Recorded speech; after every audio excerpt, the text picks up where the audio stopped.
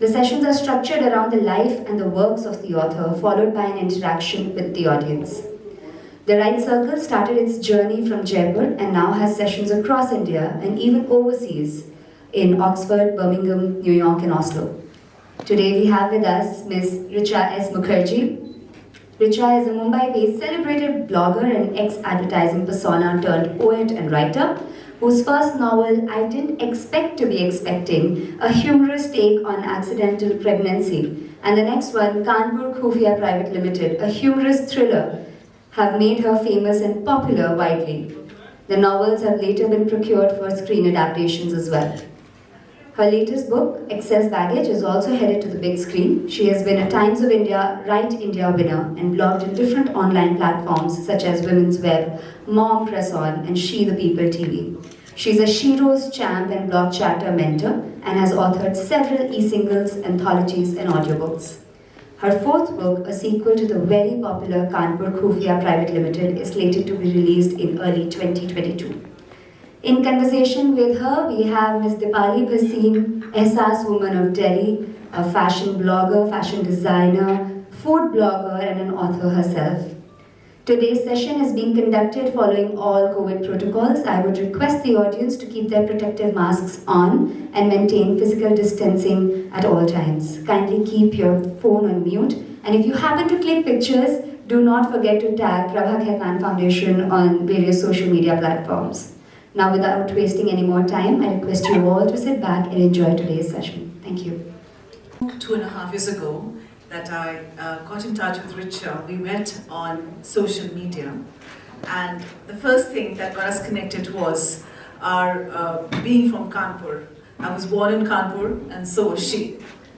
Besides that, it's also our love for writing that we interacted often. And today, finally, after 2.5 years, I get this opportunity to sit and converse with her. Richa, this is really a delightful moment of truth. You couldn't have said it better, Dipali. Firstly, I'd like to say thank you so much to you, to the foundation, and to all of you for drawing me out of my pajamas, for drawing me out of my home, my city, and finally getting me here to sit amongst the people who have been staring at that god-awfuls behind that god-awful screen for the last 2 years. So thank you for that. This is wonderful, and I couldn't have found a better time or a place or a friend to have this chat with. So thank you so much for having me. Great. So let's just start off right from the bang. Okay, from a blogger to being a writer of short stories and poems to now being an author of 3 novels. Tell me the trajectory of your life. I mean, was it something that was planned? Or did you just leave it on destiny and you just hopped from one boat to the other in the sea of life and landed up in authorland? I wish I had a searing tale of passion and grit and had something to tell you about this one desire that I've always had of wanting to write, but I have no such story. What I can tell you is that how I got to this point. I just want to take a step aside and talk about the fact that I've always felt that human beings are essentially nomads. I read this wonderful quote from from a Pakistani author, I forget the gentleman's name, and he said that all of us, irrespective of how long we stay in a particular place, we are essentially not native to the place we call home.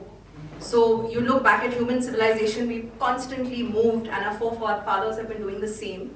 The reason I'm explaining this context is because I personally felt that I understood this essence of, I guess, human beings to constantly move and the need. And my sister here who's joined me knows this as well, because our father was in the government service, and the only, constant I've known is change.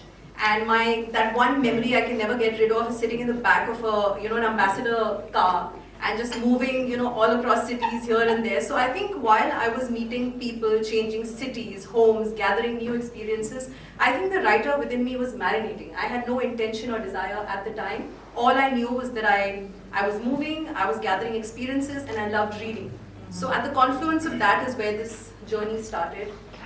And then I think somehow my penchant for experimentation reflected in my jobs as well and the careers I chose.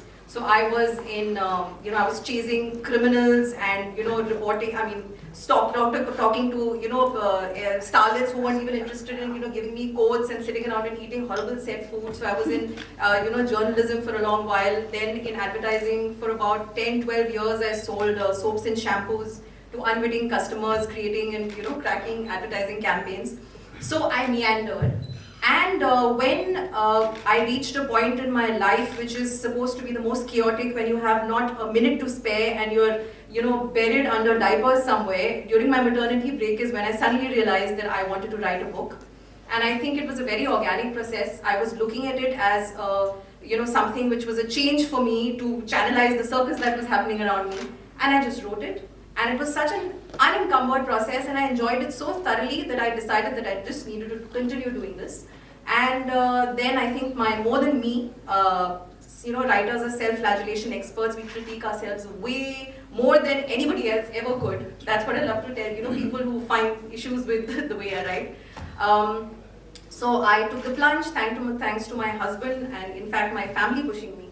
And that's how the journey began, and I'm so glad I decided to do this because I can't think of anything else.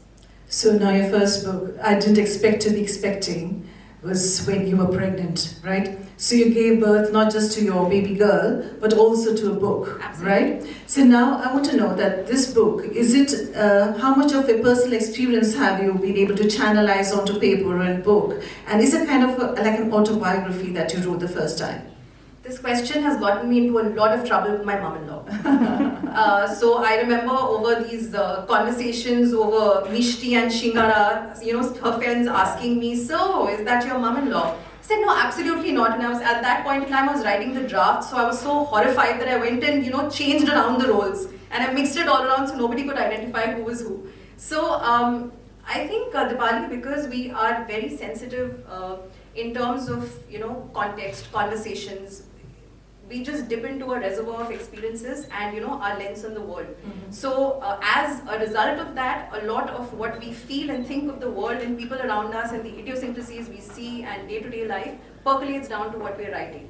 So it does tend to happen, especially with first books, because you're reaching out to the lowest hanging fruit and you're reaching out to something familiar and that you are, that you could, I guess a story you could represent well. Right. So it was, if I were to tell you, looking back from my fifth book to my first, yes, it was quite autobiographical. And I said it didn't just get me into trouble. My husband's German boss came up to him and said, "I picked up this your book, wife's book in the airport. I didn't realize I would be finding so much about you, Ban."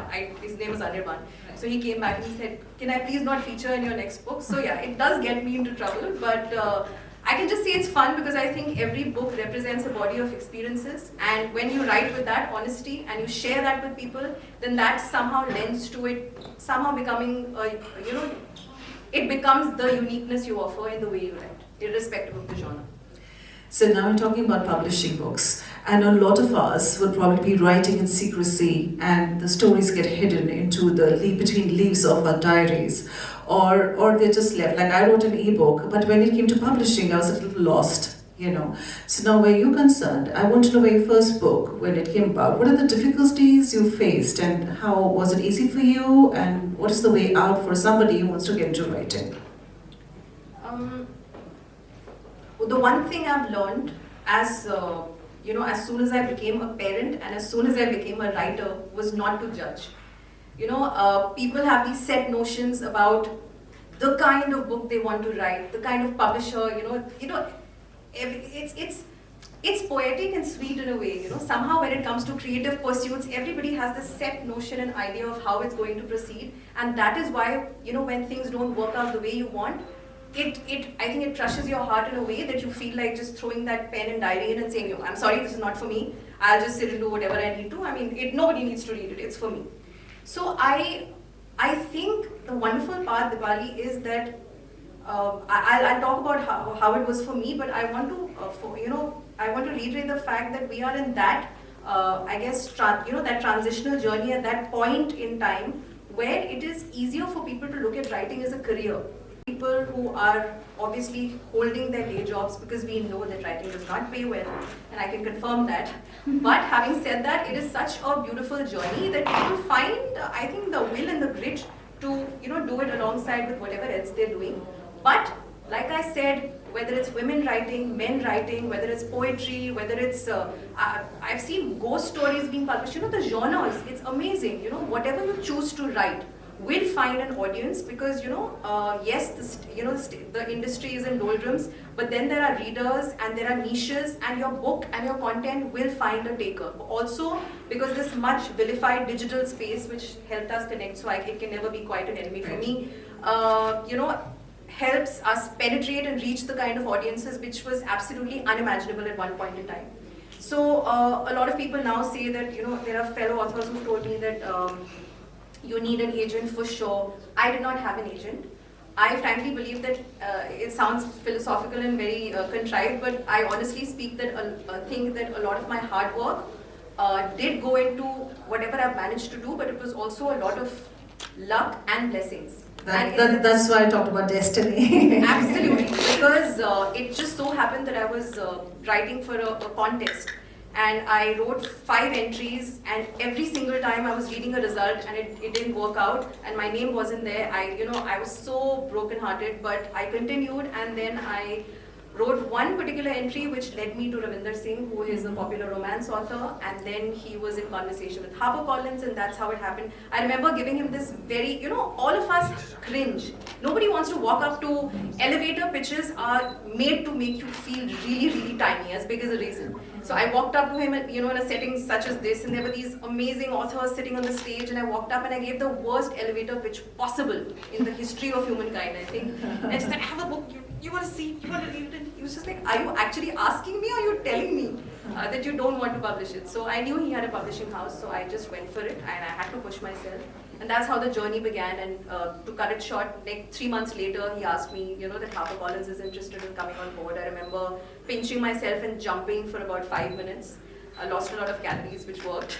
And yeah, that's how it started.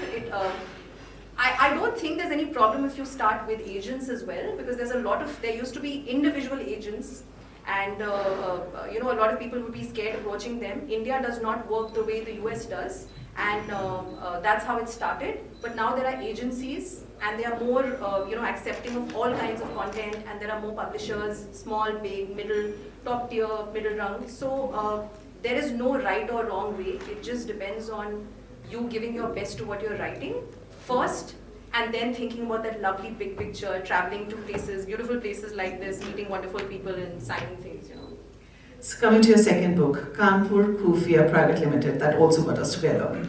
Now that book is about a small town private investigator, who has big dreams, and he finally able to crack it when he's tailing the actress Shelja Kapoor.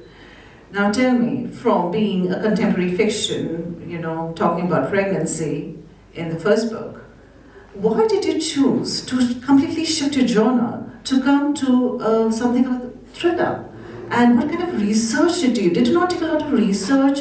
Perhaps, like, you talked about pregnancy. An easier way out would perhaps have been, talking about children, because you had a daughter who was growing also side by side, right?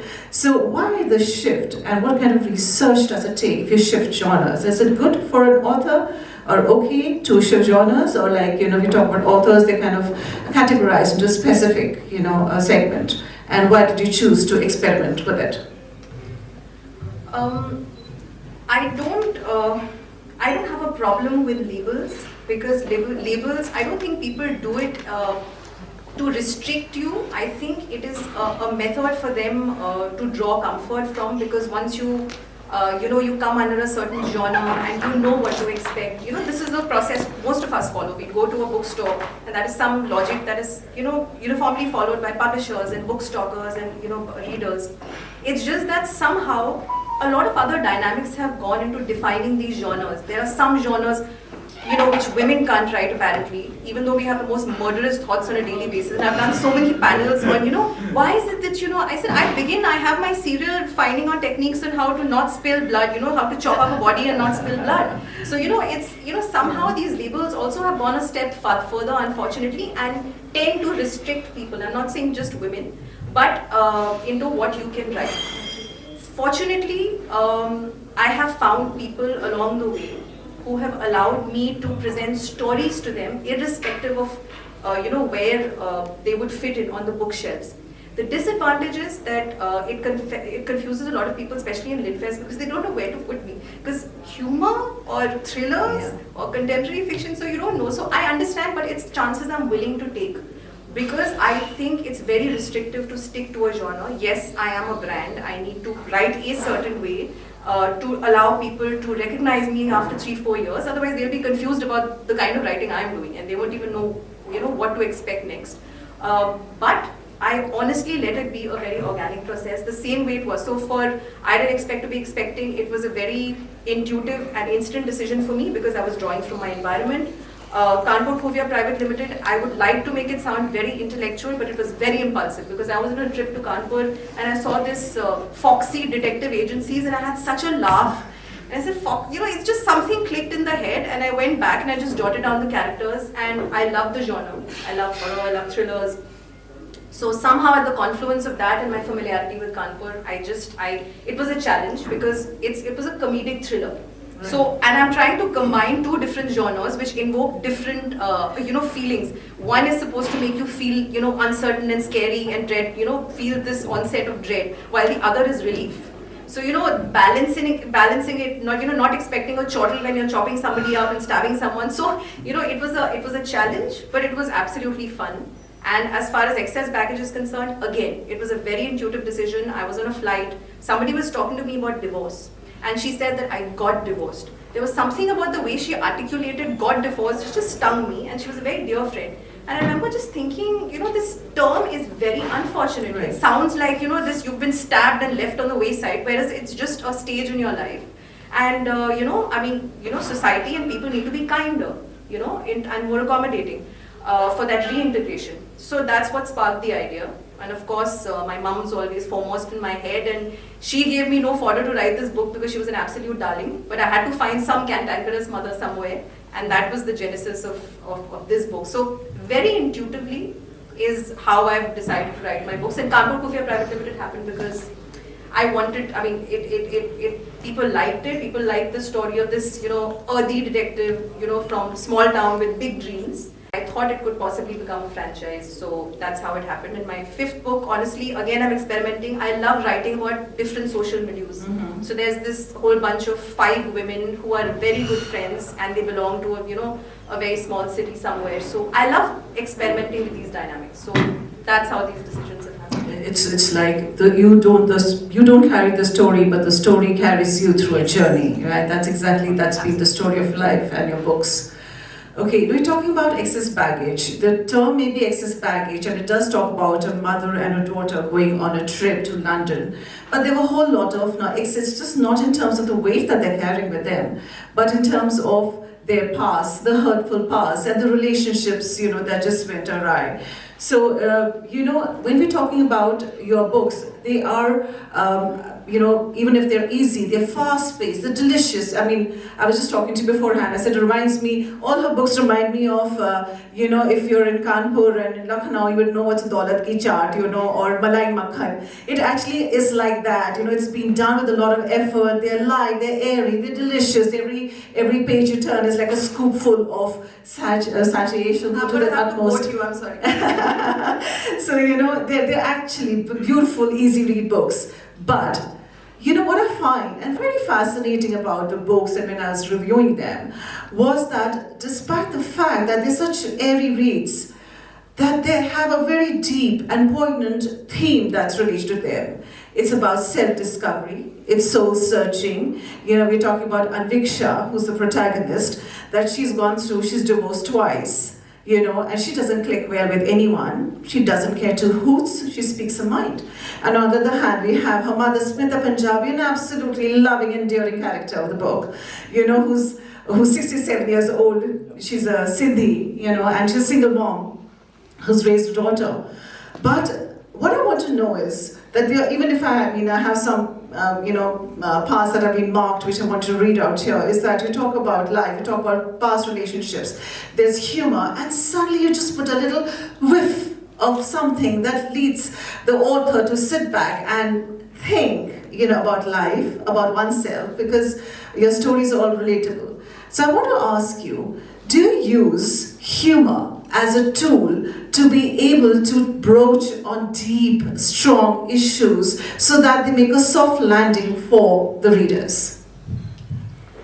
I think it's human nature to not conform. If I tell you to do something, you won't do it. If I ask you to think a certain way or behave a certain way, you will not do it. Until unless you're the compliant sort and you just fall in line. So that is the beauty of words.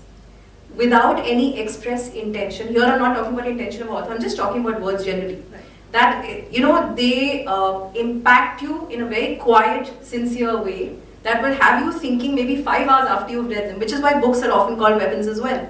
Because that is immense gravitas that they carry. That's the impact they have on us. And in this ecosystem, I think I'm absolutely in love with humor for that very reason.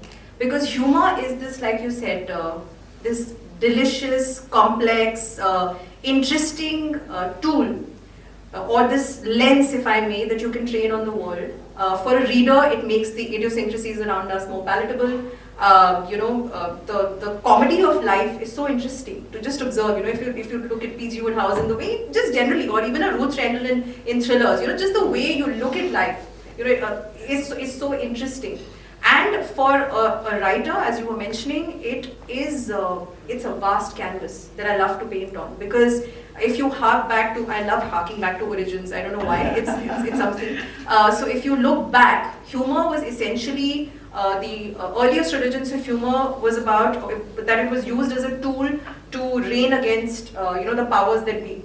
It was an instrument of, making social commentary about politics and this, that and the other. And of course it's changed faces and formats over the years to, be imbibed into various, stratas of society, and even words and, by authors.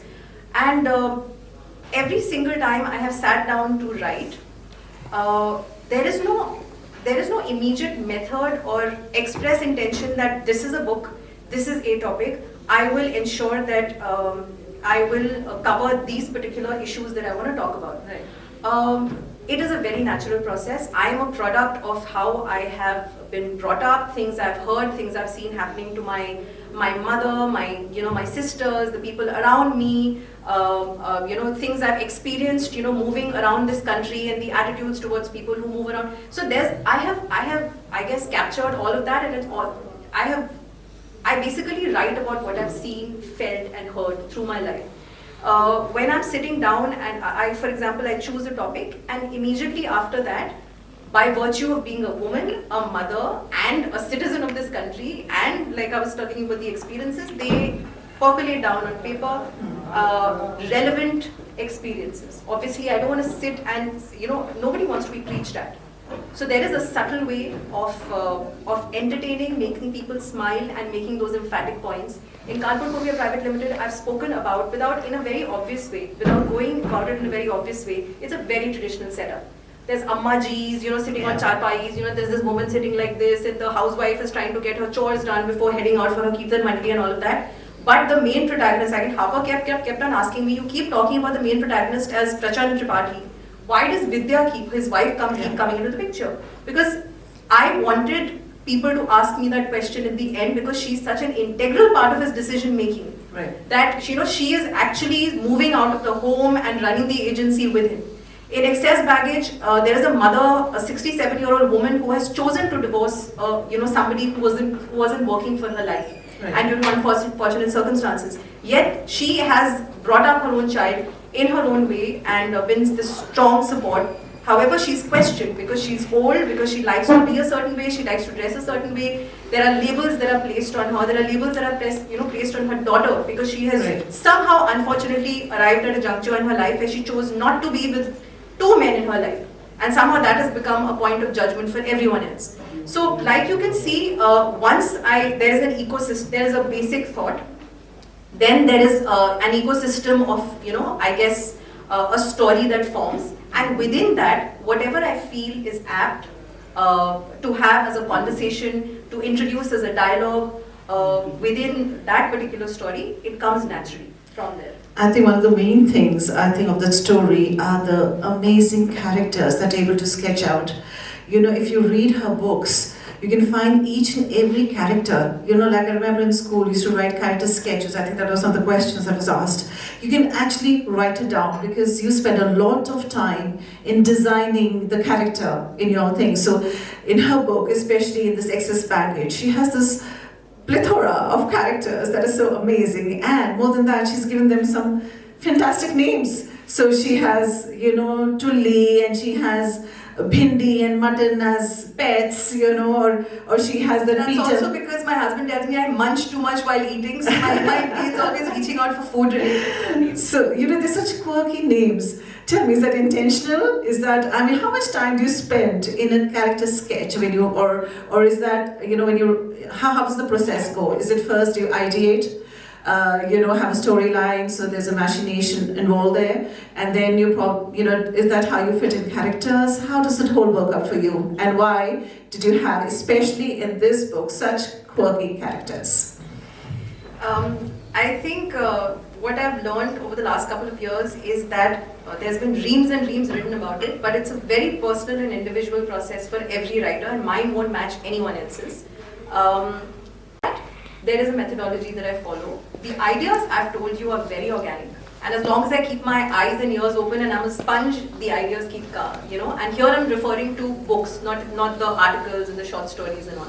So the idea comes, and when it comes to me, I promise you it's wafer thin. Sometimes it's so wafer thin that it is invisible to my husband. I'll tell him, so my ideas come to me as a log line. Log line in screenplay parlance is the one summation, one line summary of what your idea is. And I'll go and tell him and he'll say, yes, but what's the story? So it'll come. So for me, that's all I need to go on. So I write down my log line, and from there on, this is the interesting part where most people will tell you that they go on to the plot line because that is sacrosanct. You need to get portions of your story in place.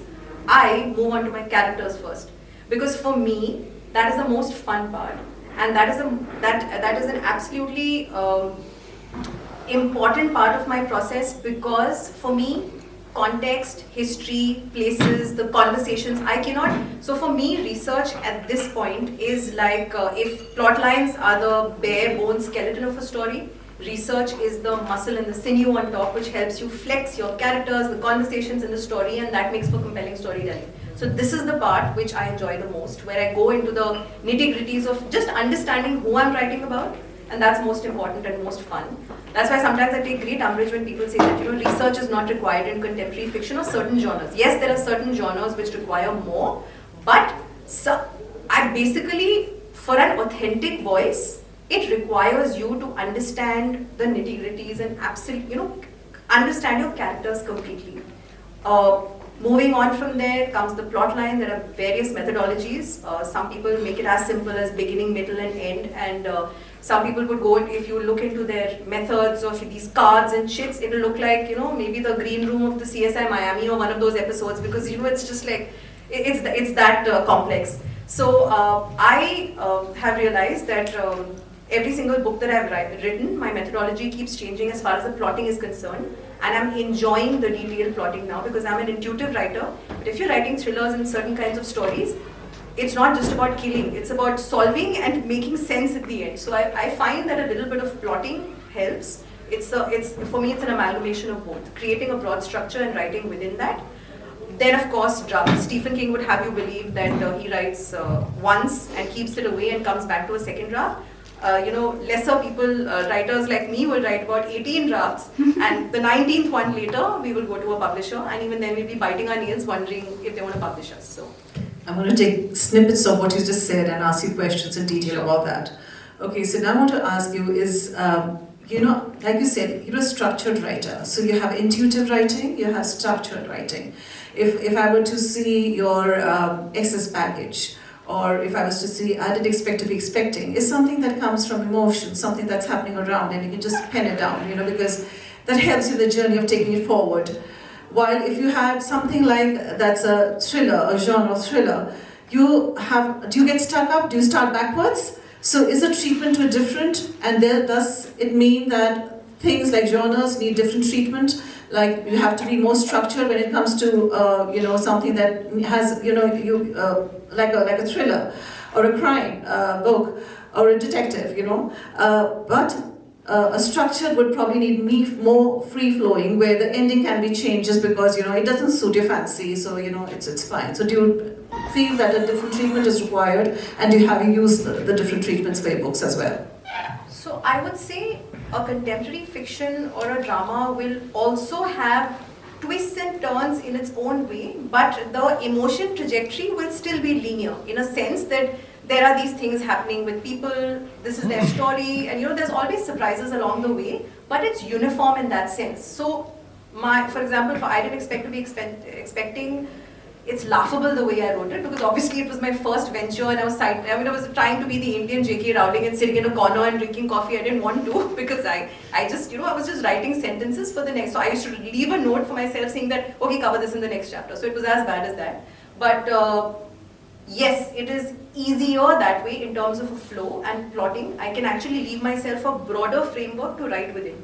But as far as thrillers are concerned, it requires a lot more due diligence, because what I'm trying to invoke at the end of every chapter is a basic question and stirring up an interest, and it's all moving towards a particular, I guess, plot point where I want everybody to be wondering what the hell is happening. So if I don't have that clarity, if I can't think 5 steps ahead of what you possibly, because people love doing that, and you have to admit it. You sit and watch anything on OTT or read a book and think, I knew it. I knew what was happening. So you don't want to be that author who, gave it away too early. So if you want to be 8 steps ahead, you have to think that hard. And I've had to sit and do timelines from the point of view of the murderer and the guy who was sweeping, who saw him, and that point and that point. So it is painstaking, it's hard, and you have to be more comprehensive and detail-oriented when you're doing thrillers. So yes, depending on the genre. So for example, Kanpur Khufia Private Limited Part 2, I have a relative in London, we both do, my sister and I, and he's a close relative and he doesn't want to speak to me anymore because he's in forensics. And every morning the poor man was trying to go to work, and I'd be like, but what if the poison goes inside and then it can't be detected, and how do you chop this up and chop that up? And he said, go and figure it out. So yeah, I'm alienating people as I write, but yeah, so it's more methodical and it gets harder work. Okay, so both your books, you're one of those authors who's perhaps you've done your homework, or your writing has been so much appreciated that you'd all be happy to know that her second book, Kanpur Khufia Private Limited, is now being, is going to be a web series, and Endemol has the rights for it. And the latest book, Excess Baggage, which is out, is now on to the big screen. Is that it? Yes, that's for a film. Yeah. So now tell me, how does it feel to contribute to Indian cinema? I still feel like a small raisin, but a very happy raisin, if I can explain. I'd be elated. I would be sitting here. I'd be up somewhere in the sky flying. No, so it's wonderful, and I guess people keep asking me, is there a particular formula? And I keep saying that I hope my writing is not formulaic, because KKPL, and there's been an interest in I Didn't Expect to Be Expecting as well. And I'm pitching my current book directly for OTT as well before it's published. I keep saying that, I have a theory here that I think that Indians have a penchant for drama and cinema. I think all of us do somewhere. And I think I'm no different. I've been brought up on a steady diet. And I think if there's a USP I can say in my stories, humbly, is that they are hearty, they are earthy, they make you smile and they make you think. And that, I think, is is a place where Indian cinema currently is at. It's experimental, it's interesting, it's relatable, and it's bold. It's trying to make interesting content. So I think at the confluence of this is somewhere where I think my books fit in. And I hope they keep interesting people, because there is no formula. I just keep writing things that interest me, and I hope they keep interesting that space. Let me add to that, is that when you're reading her books, like I said, the way she writes, it just forms a vivid imagery of things. And you know, and somebody walking in the room would think I'm like a silly woman who's gone little, you know, nuts, because I start giggling, you know, because, you know, out of nowhere you just get a giggle, or there's a little happy. This is very happy, you just feel happy. So if you're down, feeling blue, just pick up Richa's books, you know, I mean, just sit down and read them and you feel happy. So I think, you know, it's the character sketch, it's the kind of way you describe things that is total masaledar movie, you know, happy, fast-paced, delicious reading. Okay, now so from writing to publishing a book is a tough process. Which out of these do you find the most tough? Is it, you know, getting an idea? Is it, you know, writing the first draft? Is it editing or publishing? Publishing. And then promoting your books. Oh my lord. I had this, I guess I had this writery notion, a false one at that, which I discovered, that, you know, it's my job to sit in a corner, which I never find, especially a lonely one, because my daughter always finds me there, and write a book, and, you know, you just hand it over to the publisher and say, hey, please publish it, and I'm here for the royalties. It doesn't work like that, and I found out that you have to work really, really hard. Publishing itself in this environment it's amazing if you are able to, because it's really hard. To compound the problem is the fact that while self-publishing has made book writing a very democratic space, and it's very good because there's a lot of wonderful writers who never get discovered and get traditionally published. Having said that, that has increased the titles to, it's mind-boggling when I sit and talk to the sales teams, you know, once in a while I walk into a bookstore, I'm like, bhaiya, last time tha, is bar book nahi hai, and he looks at me and he says, do you even realize the number of titles that are coming out every single day? You know, so it's daunting. Publishing is very hard for them, even at the other end of the table. Even for us, because every single book, it isn't that just because Harper has published 4 of my books that they're going to continue publishing, that they're married to me for life. So every single time I have to make a pitch, I have to make sense to their team. Then my commissioning editor has to go and pitch it to the sales team, and then they have to look back at my performance and figure whether I'm worth the investment. So it's hard for me, it's hard for them, and it is, you know, I guess a daunting state of affairs. But having said that, I just try to remember how enjoyable the process is, not the editing. You were right. Because once the first draft is out, that's like a whole passionate punch. And after that, you look back and say, oh my god, that was terrible. What was I thinking? Why did I write that?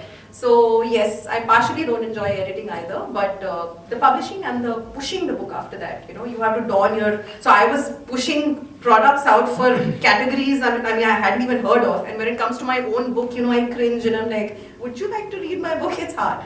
It's pushing yourself is hard. So yeah, I'm learning as I go. So now it comes to networking, you know, do you think there was a time earlier when, or what I've heard or I've met up with much more seasoned, you know, writers who've been there for a long time, is that they kind of go into a secluded spot. They kind of cut away from the world. They sit and write, it could be 10 months, could be 12 months, and that's when the book comes out. But do you see that in recent times, being in touch with the reader has become extremely important? Do you think it's integral for, you know, as a part of being a writer, that one needs to be in touch constantly, sharing snippets of your ongoing work with your readers, or in terms of being in touch, you know, being a part of the writing, blogging, and you know, the poem kind of communities? Do you think that's important, and do you recommend that for the aspiring readers and authors here? Absolutely, because I realized very early on in my journey that I'm no Manto, I am no Sarojini Naidu, I am not Fyodor Dostoevsky, I am not Beethoven, I am not one of those people who have created wonderful, you know, things and art, you know, pieces of art for, you know, generations to treasure, and it ends there for them. I don't particularly know what was the gratification for them at that point in time, but what I do know as an author in this generation, in the current times, is that firstly, it doesn't make sense to me, because personally the joy of writing, I think a large part of it is being able to connect to someone. So for me, I've never quite wrapped my head around why anybody would want to be aloof, because if you wanted to be, you know, writing is such an isolating process. In the pandemic, everybody just, you know, came to the party. and took up your space, because it's already such an isolating process. Why in the world would anybody want to stay aloof? So I personally think that's the wonderful thing about writing, is that helps you connect. And the emails that you keep getting from people, I love responding. So I think it's very important to connect completely. And it's very disingenuous to just turn up as a blogger, as somebody you're interacting with on social media or just when your books are out.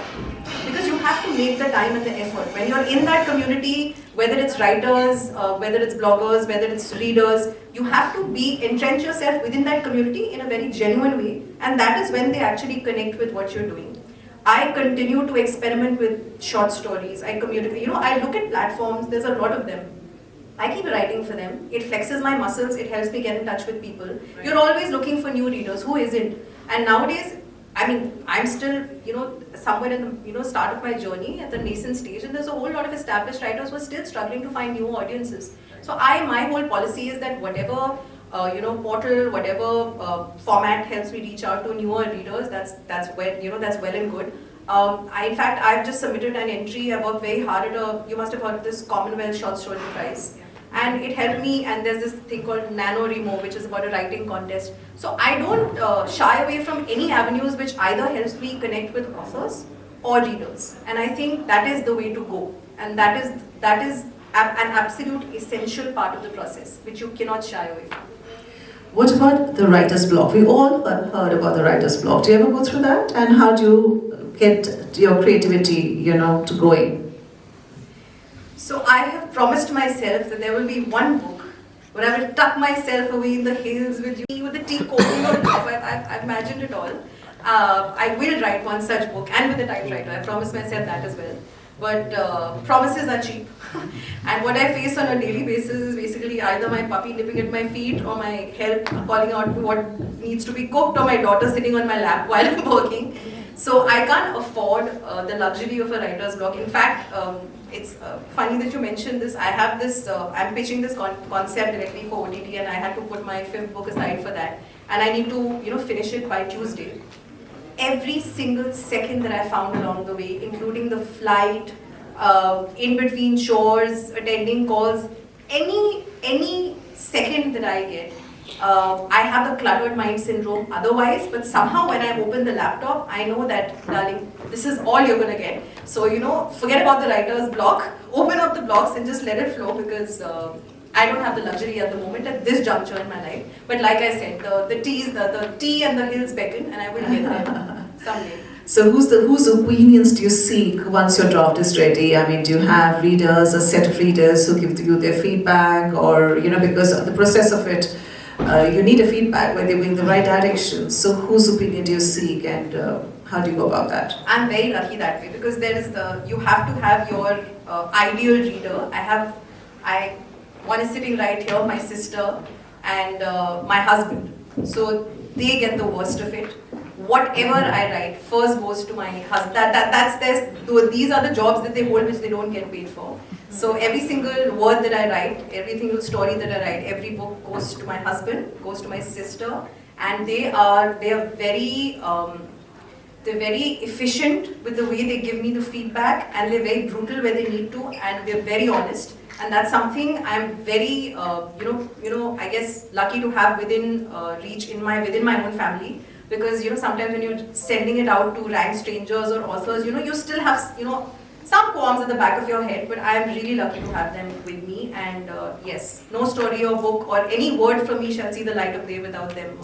A quick answer to this one. The parting notes for aspiring writers here. Brevity is not my strong suit, but I'll try. Be honest to what you're writing, because that lends to the uniqueness of what you write. And secondly, love yourself. Be kind to yourself, because I think it's a very hard process to, any creative pursuit is, because you're critiquing it more than anyone else will. So be kind to yourself early on in the process. I'm not saying make grammatical errors and put out bad work, but be kind, let yourself write, let the ink flow, and then you can judge yourself later. I think we have that much time now. Yeah. So now we're just opening this the platform for questions from the audience. So if any one of you would like to ask Richa, she's here to answer it for you. It must be amazing. I want to ask you one question. is that when they actually take your books and make them into, like this one's going the film way, one has gone the OTT way, we are talking, how much freedom do you get?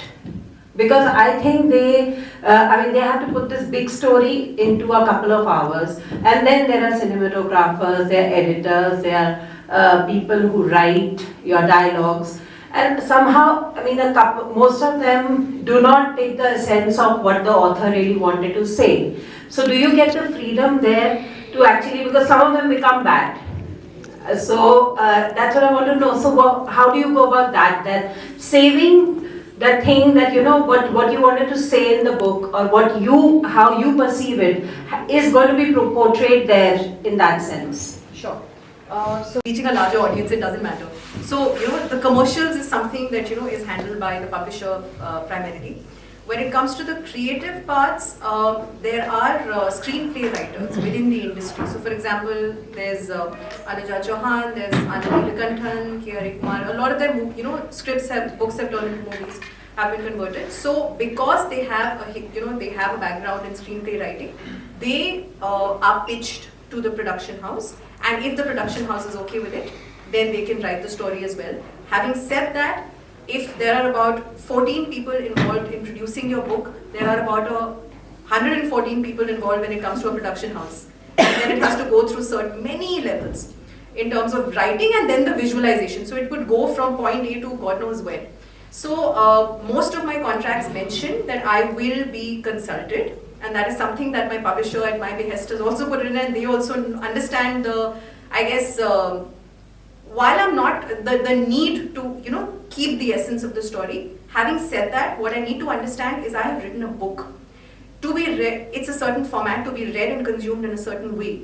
Cinema, how it's made, compelling storytelling, and how that's produced, and I understand I understand the dynamics of that because I'm from advertising. It's a completely different ballgame. So for me to stick on my chair and say that, listen, this is the way it's been written, you're going to be producing in the same way, it doesn't work like that. It's a give and take process, and it's a very dynamic process. So you have to be flexible. Otherwise, they'd say, here's your book, go write the next one. We don't want it. So no, but here I'm loud enough, I think, so I don't need the mic.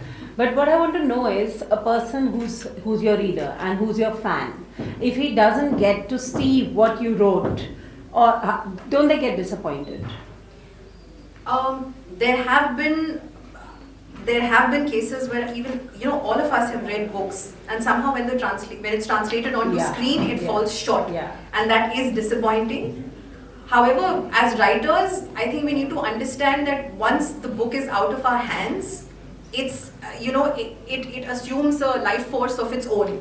When it goes to the readers, if it's procured for screen, if it goes beyond, so at some level we don't control everything. What we do control is the original content, and we try to do the best with that. Beyond that, I think I've been very lucky that a lot of people have been championing it, from publishers to Ravinder, who's a very good friend now. There's a lot of people who've understood and appreciated the stories and championed them. So I'm going to continue hoping for that, because honestly, luck plays a huge part in any of these deals. So I can't be prescient and say that I know the way it's going to go. I can just hope for the best. Any other questions? Which is why this is a breath of fresh air, because like I said, it's a very isolating process, and half the time you are overthinking things, which is why my favorite go-to book is A Million Thoughts, because that's exactly what I do on a daily basis. I don't control the sales, I don't control the market, I don't control the pandemic, but what I do control is what I'm writing and the story that I'm creating on my laptop. And I think it might sound very simplistic, but I try to exact a lot of joy from just the process, because clearly I don't control anything else. So. But do the sales and the numbers, do they affect you eventually? They do.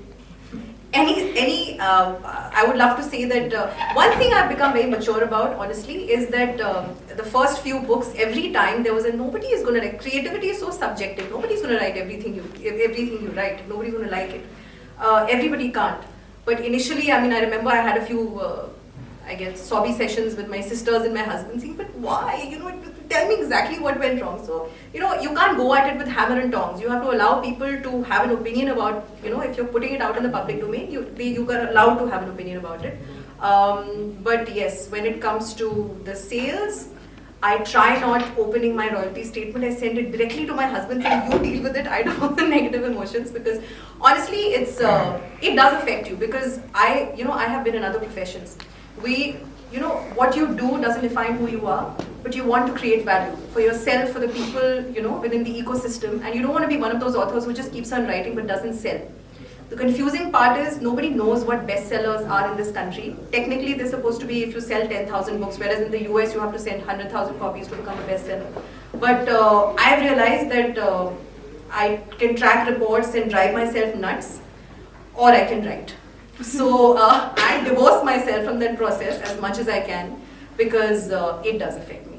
And when I get affected, then my writing gets affected, and then it's a catch-22 situation. So I'd rather just pretend, stick my head in the sand, as I was chatting with someone earlier about this strategy, and yeah, that works temporarily. Typing. Why? I mean, have you tried a manuscript ever? Like, don't you think the pulse of the drama flows through your tip of your fingers? Oh, I'm very old school that way. I have about 18 diaries. I have never been able to explain to my husband why I own so many, and I steal my daughters as well. So I love putting pen to paper. It's just that, unfortunately, at this stage, it's come to a point where it's the paucity of time that makes me turn towards laptop. And even in that sense, I'm very traditional. I don't go beyond Word. There's Scriveners and these amazing apps and tools that have come up, and I zone out. All I want to do is honesty. So when I'm doing my structuring, it's pen and paper. When I'm doing my editing, it's pen and paper. When it's clarity of thought, it's pen and paper. It's just that it's easier, and purists might frown, and I was mentioning to Dipali, I really want to use the typewriter once as well. That's been a dream as well. And I'll have to do it separately, because otherwise my husband's going to leave, my daughter's going to leave with a clackety clank clank. But I do turn to paper often for clarity of thought, but otherwise it has, unfortunately, I have to go to No, I'm glad to hear that, because that means you're structured as a writer, so that's very important, getting it on paper, I mean. Thank you. Thank you. Any other questions? From the fact that the last event that the two of us attended together was of Dr. Shashi Tharoor, and they went on about how research is so important, and you end up researching for years and years together before a book can come out.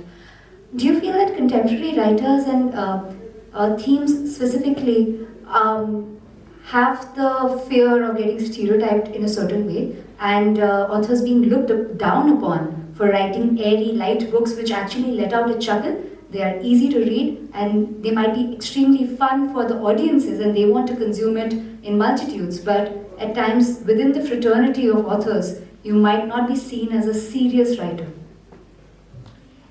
So, I guess, simmered down to feel good, haha.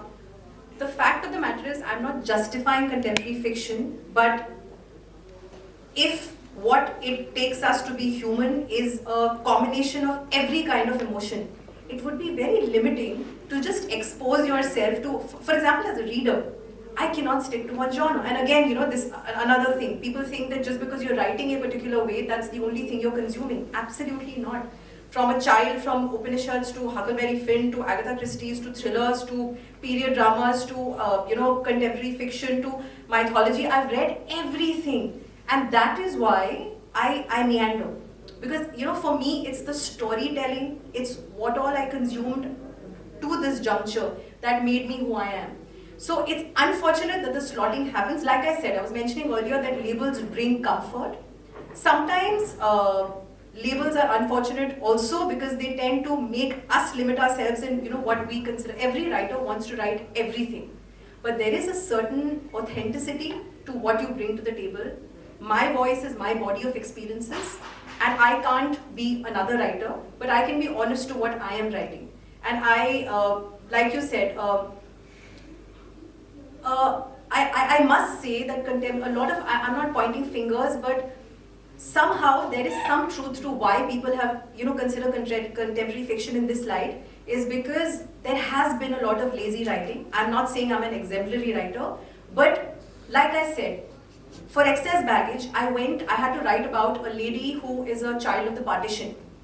Nowhere in my book will you find her, you know, beating her chest about it and pulling her hair saying, ye hua. But at the end of the day, when you come out of that book and when you understand that character, to understand that character, I did not just depend on, you know, anecdotal evidence, because that's boring and that's limiting. I went and read 5 books about the partition. I went to my Sindhi friends, I spoke to their parents and grandmothers and grandfathers. It might come out in one line, one insight, one incident, but that is something somebody who's been through it or, you know, can understand that topic will completely connect with. And that's the same thing that happened with Kanpur Khufia, because there is an audience. I'm not saying everybody's from Kanpur, but there are these people who've come from abroad and said they picked up the book at the airport and from Belgium, and he wrote in saying, thank you for showing me a slice of your country. You know, so that's the whole point. It's about the uniqueness you lend, and it's, for me, I offer a myriad emotions, and I hope to keep meandering, because I don't think I can restrict myself. Though I did shake in my boots when I heard Shashi Tharoor was the last gentleman who I absolutely admire who graced the stage. But I said I'll try and sound as intelligent as him and use big words. So, yeah, but I hope that answers your question. Thank you so much. I think we'll have to wrap here. So please give a token of appreciation on our behalf of Prabha Khaitan Foundation to Richa ji. That's a surprise. I have to say, I mean, at the cost of repeating myself, that was a delight listening to you.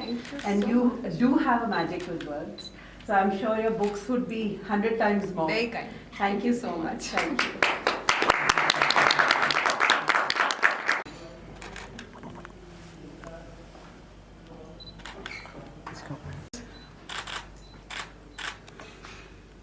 Conducting such an engaging session today. I would also like to show my gratitude towards our presenters, Shree Cement Limited. I also take this opportunity to express thanks to our media partner, Dainik Jagran.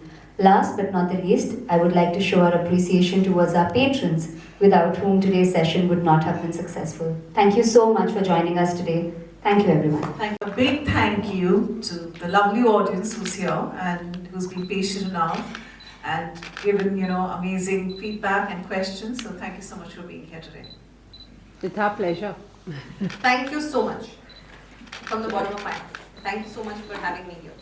Couldn't have broken this offline fast in any better way. Thank you so much.